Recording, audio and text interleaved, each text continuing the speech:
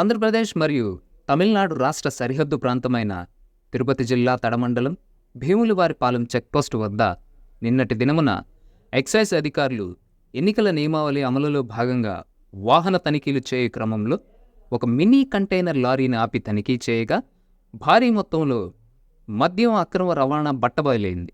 ఆ వాహనంలో సుమారు 300 సీల్డ్ బాక్సెస్లో ఉన్న దాదాపు 14,400 మద్యం సీసాలను గుర్తించి వాటిని అదుపులోనికి తీసుకున్నట్లు, వీటి విలువ ఆంధ్రప్రదేశ్లో సుమారు 18 లక్షల రూపాయలు ఉంటుందని, ఇవి పాండిచ్చేరి నుంచి తరలి వస్తున్నట్లు గుర్తించడం జరిగిందని, ఈ మద్యం అక్రమ రవాణా వాహనాన్ని మరియు ముద్దాయిని సూలూరుపేట ఎస్సీబీ అధికారులు అదుపులోనికి తీసుకుని మద్యం సీసాలను భద్రపరిచి నిందితునిపై కేసు రిజిస్టర్ చేయడం జరిగినట్లుగా, తదుపరి విషయాలు పూర్తి విచారణ జరిపి పూర్వపరాలు తెలియజేస్తామని సూలూరుపేట ఎస్సీబీ అధికారులు ప్రెస్ మీట్లో తెలియజేయడం జరిగింది. అందరికీ నమస్కారం. నిన్న అనగా 1/5/2024 తేదీన తడ బీవీపాలెం చెక్కపోస్ట్ దగ్గర ఉన్నటువంటి మద్యం గురించి ప్రెస్ మీట్ పెట్టడం జరిగింది. అక్కడ ఆ యొక్క బీవీపాలెం చెక్పోస్ట్లో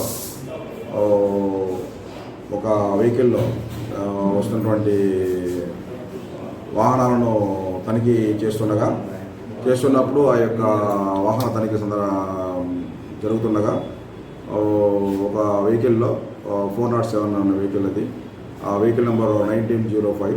ఆ వెహికల్లో తనిఖీ చేసినప్పుడు మద్యం బాటిల్ నుండి గుర్తించారు. అన్నీ కూడా చూసి ఈ యొక్క మధ్యవర్తుల సమక్షంలో అన్నీ కూడా పరిశీలన చేశారు. పరిశీలన చేసినప్పుడు అవన్నీ కూడా 300 మద్యం బాక్సులుగా గుర్తించడం జరిగింది.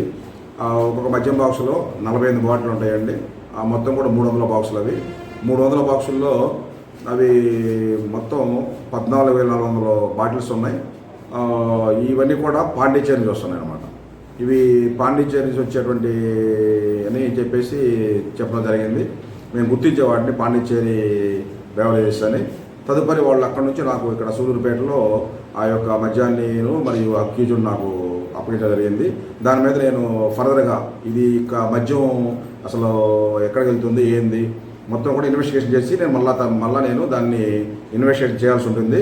ఇప్పటివరకు అయితే ఆ మద్యం పాండిచ్చేరి నుంచి స్వామినాథన్ అండ్ షరుణ్ అన్నటువంటి వ్యక్తులు ఇక్కడికి ఇతని ద్వారా ఫిరోజ్ అన్నటువంటి డ్రైవర్ ద్వారా వెహికల్ ఇచ్చి పంపిస్తున్నారు.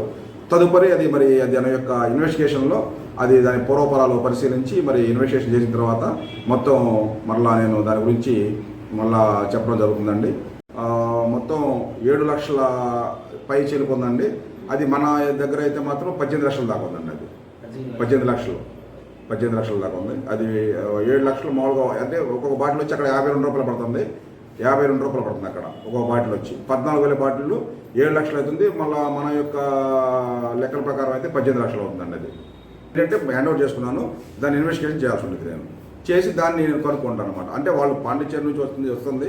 పాండిచ్చేరి 2 వ్యక్తులు స్వామినాథన్ అండ్ షరుణ్ అనేవాళ్ళు ఇతనికి ఇచ్చి పంపించారనమాట. అది నేను మళ్ళీ ఇన్వెస్టిగేషన్లో ఫర్దర్గా నేను దాన్ని ఫాలోఅప్ చేసి మళ్ళీ దీన్ని కనుక్కోవడం జరుగుతుంది అనమాట. అది ఇంతవరకు అయితే ఏం తెలియలే మనకి. ఇంకా నేను మళ్ళీ ఇప్పటి నుంచి మళ్ళీ టుడే ఆన్వర్డ్స్ ఇన్వెస్టిగేషన్ చేసి దాన్ని పరిశీలించడం జరుగుతుంది అనమాట.